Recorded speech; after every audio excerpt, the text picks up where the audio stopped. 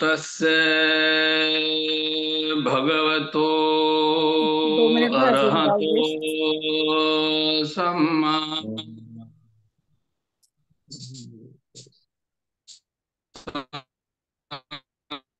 बुद्धस्य तानं कसो उपहतो यथा एष पत्तोऽसि निब्बानं सारम्भो तेन विञ्जति।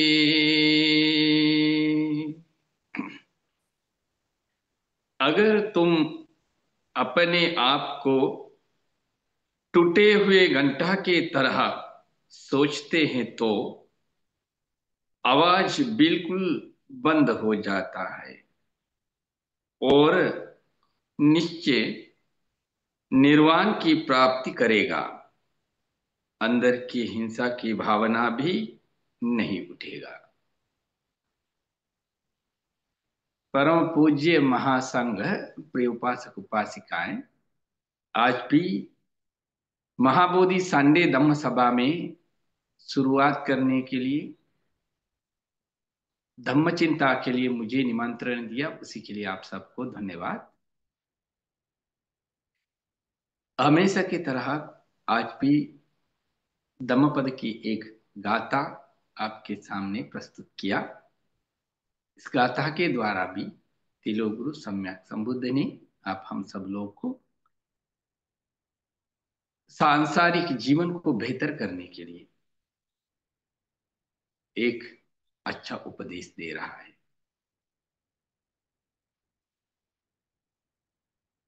इसमें बुद्ध कहते हैं,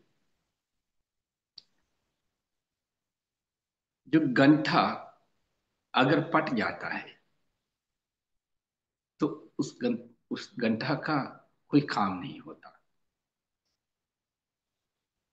वो उसका सुंदर ध्वनि बंद हो जाता है, आवाज नहीं करेगा।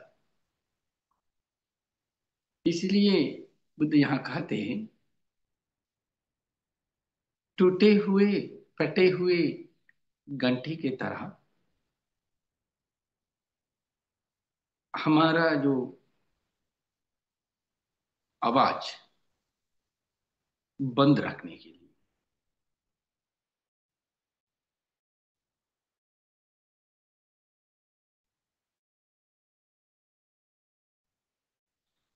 क्योंकि अगर हम लोग ध्यान दें, दो पक्ष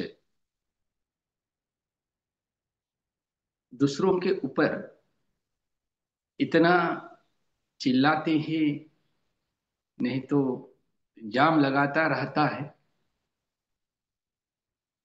जितना उन लोग का आवाज बड़ा बड़ा उठते हैं, तो घटना की आग बंद नहीं होता और फैलता जाता है।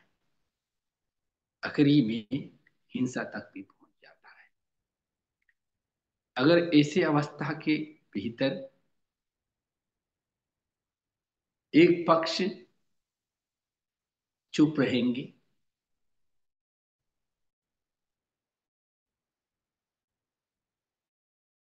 टूटे हुए घंटे की तरह, तो वो शांति में बदल जाएगा। यही बुद्ध की उपदेश थे। इसके पीछे जो घटना है, कहानी है, वो पिछले सप्ताह के कहानी के साथ जुड़ी हुई। पिछले सप्ताह स्मरण किया था, दूसरा आधा इस सप्ताह में सुनाएंगे।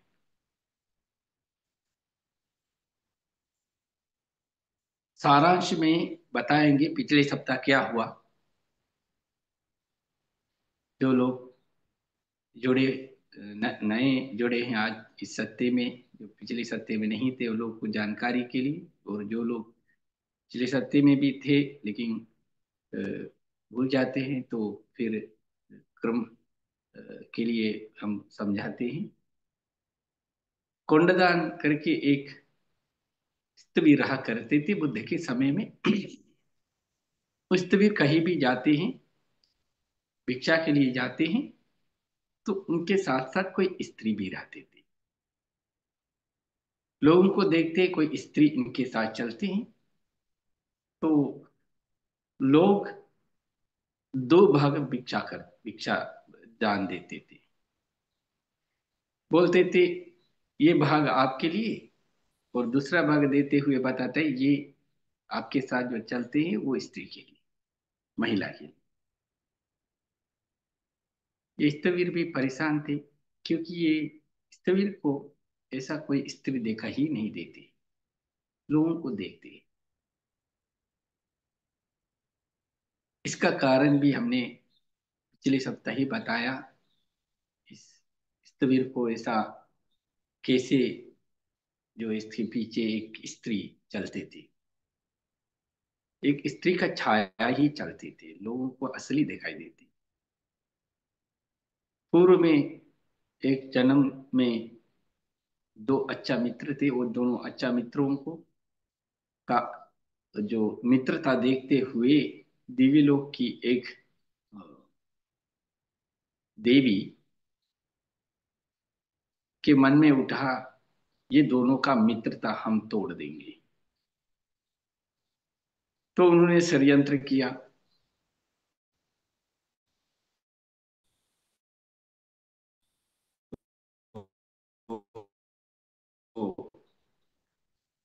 और दूसरा में तो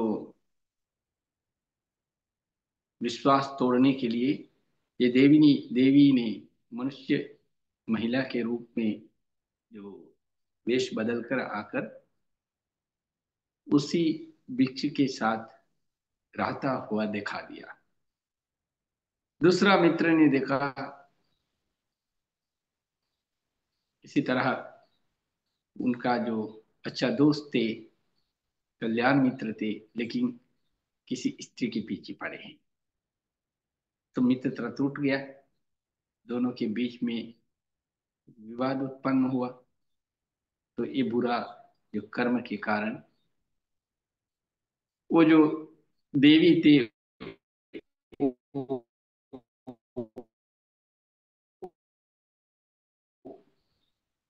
कुंडदान लिया, जन्म लिया। दान स्थवीर पहले पूर्व कर्म के कारण, बुरा कर्म के कारण पिंडदान जो स्थवीर कहीं भी जाते हैं तो पीछे पीछे एक स्त्री का सेया छाया दिखाई दे रहा। फिर उसके बारे में जो अन्य भिक्षु को भी दिखाई दे रहा है, तो अन्य भिक्षु जा करके उन लोग खुद उसी भिक्षु को समझाने का कोशिश किया, लेकिन वो भिक्षु उन लोग को ये मानने का तैयार नहीं है, किसी स्त्री के साथ रहते हैं। फिर इस भिक्षु ने जाकर के कौशल राजा को इस बात के बारे में कंप्लेन किया। प्रसेनजीत कौशल राजा को बताया पिंडदान करके एक भिक्षु है, उस भिक्षु ने एक स्त्री के साथ साथ चलता है, इस शासन की अपमान हो रहा है। फिर कौशल राजा ने आश्वासन दिया, उन्होंने खुद इस विषय पर जांच करेंगे। फिर एक दिन कौशल राजा ने जहां कुंडदान स्थविर रहते थे वहां पे गया, उसी बिहार में जाकर जो उन्होंने देखते रहा, तो कुंडदान जो जिस कुटी में है, ऐसे किसी ने जाकर के बोला ये कौशल राजा ने आए हैं, उनको उनसे मिलने। फिर कुंडदान स्थविर अपना आवास से बाहर निकला तो कौशल राजा खुद अपने आंख से देख रहा है, कुंडदान के साथ एक भिक्षु भी बाहर निकल के आया। फिर कौशल राजा को ये बात स्पष्ट हो गया। फिर वो कुंडदान भिक्षु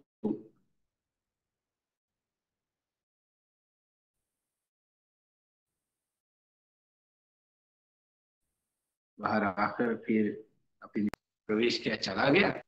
और स्पष्ट करने के लिए उनका कुटी में, उनका कमरा में कुशल राजा प्रवेश कर अंदर भीतर जाकर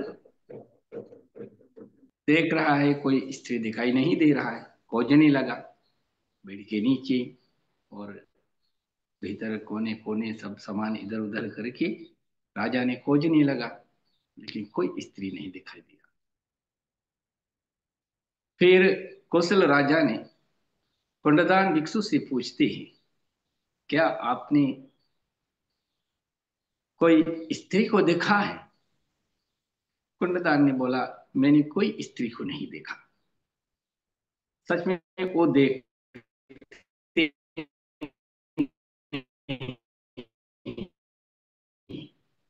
उस स्त्री को फिर कौशल राजा आया दोबारा उस स्त्री को बाहर निकलने के लिए।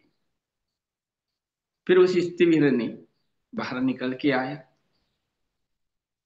फिर उस स्त्री का रूप कुंडदान स्त्री के साथ साथ दिखाई दे रहा है।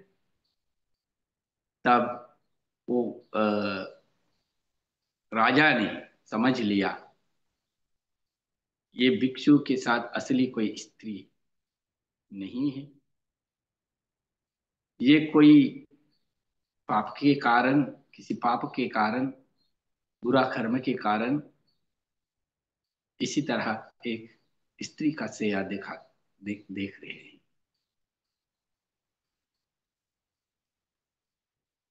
फिर वो कुंडदान भिक्षु भीतर चला गया तो वो स्त्री का रूप गायब हो गया। राजा को जो क्या घटना है, क्या हुआ है, स्पष्ट हो गया। राजा ने उसी कुंडदान स्त्री से क्षमा मांगकर उनको बताया, आपके साथ साथ कोई स्त्री का रूप दिखाई देते हैं, इसीलिए आप जब बाहर भिक्षा के लिए जाते हैं, लोग उस स्त्री का रूप देख रहे हैं, तो वो आपके लिए, शासन के लिए अच्छा नहीं है। इसलिए आज के बाद आप भिक्षा के लिए बाहर जाना बंद करें। आपका सारा भोजन राजमहल से मिल जाएगा। ऐसे आश्वासन दे करके राजा ने चला गया। फिर कुंडदान भिक्षु राजा के साथ साथ वो राजमहल जाकर के भिक्षा ले रहा।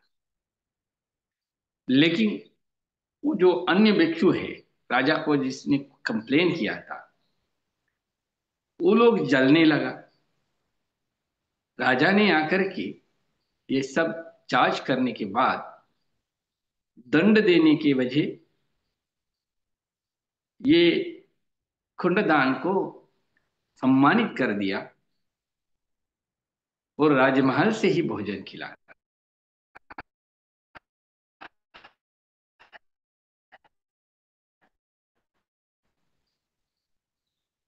दूसरा जो रहा है, तो रास्ता में काट लेकर के रास्ता में पकड़ करके कुंडदान को गाली देना शुरू कर दिया और बुरा बुरा बात बोलने के बोलने का शुरू कर दिया। स्त्री के साथ चलते हैं, खुद को सुशील मानते हैं, ऐसा ऐसा बात हो, बहुत उल्टी सीधी चीज बोलना शुरू कर दिया।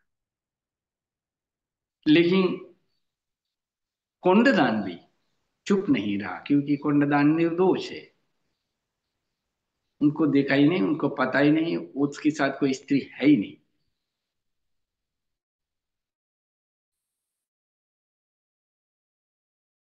कुंडदान भी उस मेरे स्त्री के साथ रहता होंगे, ऐसे करके दोनों पक्ष का जो अ, आवाज बुरे बुरे शब्द उठने लगा। तो एक बहुत बड़ा घटना, झगड़ा जो शुरुआत हुआ। आखिरी में ये जो घटना, ये दोनों पक्षों का जो झगड़ा सम्यक संबुद्ध के काम में भी आया। फिर बुद्ध ने ये दोनों भिक्षु दलों को बुलाया, कुंडदान भिक्षु और दूसरा जो अन्य भिक्षु है उन पर जो कंप्लेन किया, उन लोगों के भी बुलाया। बुला करके बुद्ध ने पूछा, ये बात सही है? तो सब लोग मान लिया, इस जो घटना हुआ वो सही है। फिर बुद्ध ने कुंडदान से पूछ रहा है, आपने क्यों इसी तरह इन भिक्षुओं पर इसी तरह बुरी जो आवाज सुनाया? कुंडदान बताते हैं, मैंने शुरुआत नहीं किया, इन भिक्षुओं ने ही मुझ पर इसी तरह बुरी बुरी बातों से मुझे जो मुझ पर चिल्लाया। फिर बुद्ध ने उन भिक्षुओं से पूछ रहा है, आप लोग क्यों इन भिक्षु के ऊपर चिल्लाया, इसी तरह व्यवहार किया? तो उन भिक्षुओं ने बताते हैं कि कोंडदान भिक्षु के साथ साथ एक स्त्री भी रहते हैं, चलते हैं। इस पर हम लोग इनको समझाने का कोशिश किया तो ये मन ही नहीं रहा है, लेकिन बुद्ध सब कुछ समझते हैं। फिर भी बुद्ध पूछते हैं, फिर बुद्ध पूछते हैं, अच्छा ये लोग तो आपके ऊपर चिल्लाया, आपके साथ साथ कोई स्त्री का छाया दिखाई दे रहा है, आपके साथ कोई स्त्री चलता है, लेकिन आपने इन लोगों के पीछे कोई स्त्री जाता हुआ देखे हैं? कुंडदान बोला, नहीं, हम तो ऐसा कभी नहीं देखा।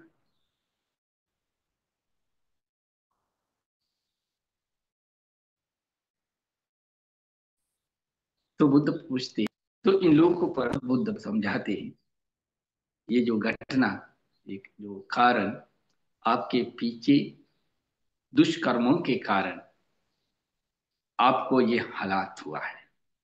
आप बुरी कर्म किया, इसलिए आपको बुरी उसका फल मिल गया है। इसीलिए अगर इस जन्म में भी आप इसी तरह व्यवहार करके आपका बुरी कर्म और बढ़ाते हैं, तो भविष्य में भी आपको इसी बुरी कर्म का फल भुगतना पड़ेगा। इसलिए और लोग कुछ भी बोले, आप टूटी हुई घंटी की तरह के रखिएगा। निर्वाण प्राप्ति और भीतर की हिंसा की भावना बंद हो जाएगा, टूटेगा ही नहीं। यही बुद्ध की उपदेश थे। उसी घटना पे बुद्ध ने ये गाथा और इसका जो अर्थ के साथ बुद्ध ने समझाया। आप हम सब लोग के लिए भी ये बहुत अच्छा जो पाठ है, क्योंकि हम लोग भी जो समाज में जीते हैं, कभी कभी हम लोग भी लोगों पर इसी तरह जो घटना कर्म पूरा न जानते हुए और इसका अंदर की कारण क्या है वो सब नहीं जानते हुए हम लोग भी उसी तरह कभी कभी घर परिवार में शांति को बिगाड़ देते हैं। क्योंकि कोई अगर इसी तरह किसी के साथ अगर जो घटना होते हैं, तो कभी कभी होते हैं किसी को अपना मजबूरी में कुछ जो व्यवहार है उसी व्यवहार को प्रकट करना पड़ता है। नहीं तो आचरण मजबूरी में दूसरों का जो प्रिय नहीं हो सकते। ऐसा अवस्था में उनके प्रति मैत्री, करुणा और उनके जो भीतर की सच्चाई जान के उनको उसी घटना से, उसी बुरी अवस्था से निकलने के लिए मदद करने के वजह उन पर उसी तरह बुरा व्यवहार करेंगे, तो एक तरफ से हम लोग बुरा कर्म करते हैं और शांति को बिगाड़ते हुए और झगड़ा को बुलाते हैं, तो वो हिंसा की ओर बढ़ सकता है। इसलिए हमेशा कुछ भी हम लोग देखते हैं कुछ इसी तरह समाज में, परिवार में, तो उसका कारण को ढूंढना,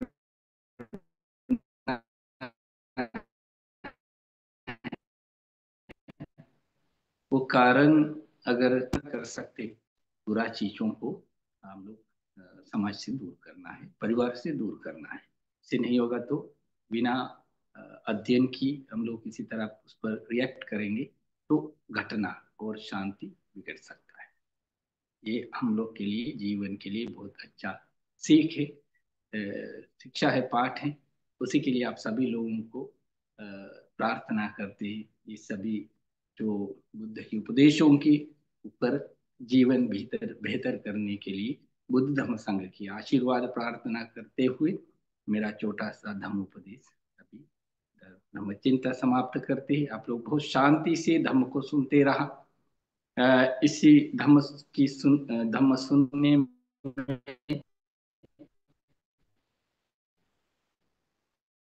आप लोगों को जितना भी आध्यात्मिक शक्ति से, समुद्र से लेकर के धम्म को प्रचार प्रसार करने के लिए जितना भी योगदान दिया, उन सभी लोगों को शांति प्राप्त हो। और महाबोधि संस्था के संस्थापक बोधिसत्व नगारिक धर्मपाल जी से लेकर के जितना भी लोग ये धम्म को प्रचार प्रसार के लिए जो योगदान दिया, उन सभी लोगों को शांति प्राप्त हो। और वर्तमान में हमारे महाबोधि संस्था के महासचिव परम पूज्य शिवली बनते जी से लेकर के जितना भी धर्म प्रचार प्रसार के लिए योगदान देते हैं, उन सभी लोगों को भी शांति प्राप्त हो। और आप सबका जो घर परिवार और आप सबका, सबके लिए भी प्रार्थना करते, आप सब लोग स्वस्थ रहें, सुखी रहे, आप सबको कल्याण होगा। तिरुगुरु सम्यक संबुद्ध की महाकरुणा की जो शक्ति से आप सभी लोगों को भी जो बुद्ध की उपदेश के पर जीवन को चलाते हुए इसी जन्म की और आगे जन्मों की अच्छा दिशा और सुखद सांसारिक जीवन के लिए प्रार्थना करते हैं। सम्भीतियो विभञ्जन्तु सम्बरोगो विनश्यतु माते भवत्वन्तरायो सुखी दीर्घायुको भव। भवतु सर्वमङ्गलं रक्षन्तु सर्वदेवता सर्वबुद्धानुभावेन सदा सुत्ते भवन्तु ते। भवतु सर्वमङ्गलं रक्षन्तु सर्वदेवता सर्वधर्मानुभावेन सदा सुत्ति भवन्तु ते।